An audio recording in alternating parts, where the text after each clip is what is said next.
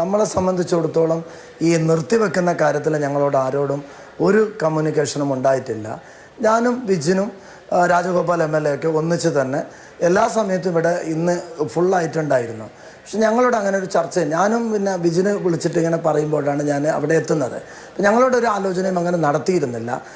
കാരണം അങ്ങനെ ഒരു നടത്തേണ്ട കാര്യമില്ല. കാരണം ഇന്ന് AK ശശീന്ദ്രൻ മിനിസ്റ്റർ കൃത്യമായി ഇന്ന് രാവിലെ പറഞ്ഞിട്ടുണ്ട്. ഇന്നലെ റിയാസ് മിനിസ്റ്റർ വന്നപ്പോഴും ഡിസ്ട്രിക്ട് കളക്ടർ ഇങ്ങനെ ഒരു ചെറിയ സൂചന കൊടുത്തപ്പോൾ നമ്മുടെ മിനിസ്റ്ററും അതേ സമയത്ത് പറഞ്ഞു ഒരു കാരണവശാലും കേരള ഗവൺമെൻറ്റിൻ്റെ ആവശ്യമാണ്, കേരള ജനതയുടെ ആവശ്യമാണ്, ഇതൊരിക്കലും നിർത്തിവെക്കാൻ പാടില്ല.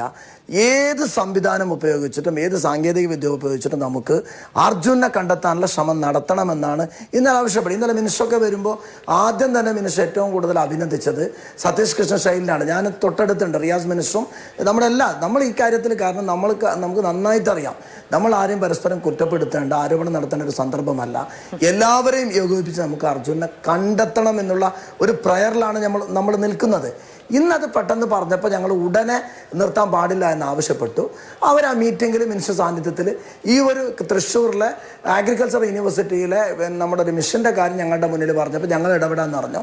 ബാക്കി അവർ ഞങ്ങൾ എല്ലാ കാര്യങ്ങളും മുന്നോട്ട് കൊണ്ടുപോകുമെന്ന് മീറ്റിങ്ങിൽ ഉറപ്പ് തന്നിട്ടുണ്ട്. അത് കണ്ടിന്യൂ ചെയ്യുമെന്നാണ് പറഞ്ഞിട്ടുള്ളത്. ശരി, വളരെയധികം നന്ദി ശ്രീ AK അഷ്റഫ് MLA.